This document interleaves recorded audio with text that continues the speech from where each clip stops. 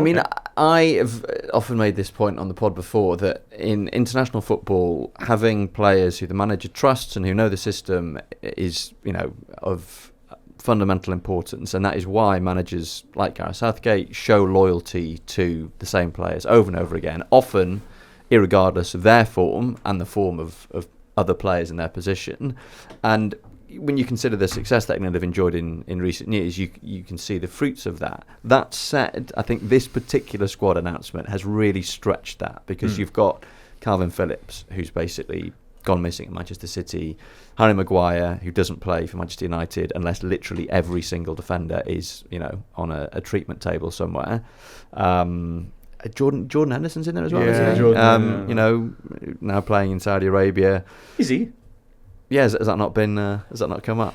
Sterling being overlooked despite a very good start to the season. England will qualify because that's what England do in qualifying campaigns. But this kind of ceaseless loyalty for players who aren't even playing league football is a little bit strange. England don't have a load of players in Kalvin Phillips' position. I think that's the defence probably. I mean, Maguire is probably a strange one. Who would you have called up in his place? James Ward-Prowse. Okay, is a contender, playing regularly, handy right foot. Duncan, you're not sure? They're not exactly... Not quite the same player. Not exactly the same, true. Oh, okay. And Ward-Prowse has started the season very well, but I think he's never really quite impressed Southgate, I think. So I think Tom's right, there is you should never just pick an international squad based on who's doing well in the Premier League and other leagues, But yeah, I mean, Kalvin Phillips probably... England have got Declan Rice and Jude Bellingham, which is a decent starting pair, I would say. They've also got Bukayo Saka. When we talk about players the manager can trust, how about Saka, who's been voted England's Men's Player of the Year for the second year in a row? He's got 4 goals in his 4 games in qualifying so far, and has now been nominated for the Ballon d'Or. Also on The Athletic, there's an interview with Jordan Henderson.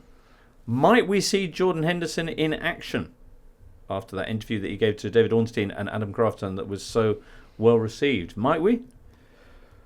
Well, I mean, Southgate isn't spoilt for choice in central midfield. And if you look at the team that he picked for the last game against North Macedonia, Trent Alexander-Arnold played in midfield, and it was the first time we'd seen him playing in that new role that he's been taking up for Liverpool since the end of last season. So he's not around, and then apart from that, obviously Declan Rice starts, Bellingham starts, and then it's a choice between, if you go with another centre mid, Kalvin Phillips, Conor Gallagher, or Jordan Henderson. So on seniority and having proved his worth in an England shirt, I think Henderson's probably in with a shout. I think you have to applaud him for wanting to do the interview and doing it with journalists who he knew would give him a grilling, which they did. But it's a pretty disastrous decision from a PR perspective, because he doesn't come out of it well. He can't really provide any satisfactory explanation. Money is clearly a motivation, and why shouldn't it be? Because everyone else in the world is allowed to be motivated by money when they make their career choices. It's obviously a factor in his decision to go there, and his refusal to even countenance that and just come out with the tired old grow the game, new opportunity, exciting chance to live in a country that I've always wanted to live in. Okay, didn't exactly say that, but I mean it just rings extremely hollow. Yeah, he's moved to a country where protests or even posting on social media can see you sentenced to death, where being not heterosexual is a crime, and obviously this is in complete contrast with his previous support for the LGBTQ plus community. And I mean, I think whether there's LGBTQ plus or any other number of issues, it's a pretty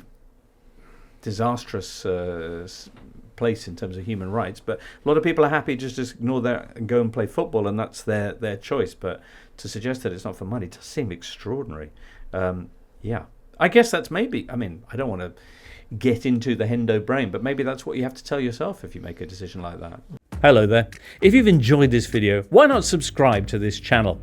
The Totally Football Show podcast is available 3 times a week, bringing you all the football news you could reasonably be expected to care about. We've got views, we've got stats, we've got analysis, we've got some of the best football writers around, and the whole thing is absolutely free. So have a listen on Spotify or Apple Podcasts or all the usual places by clicking on the link below.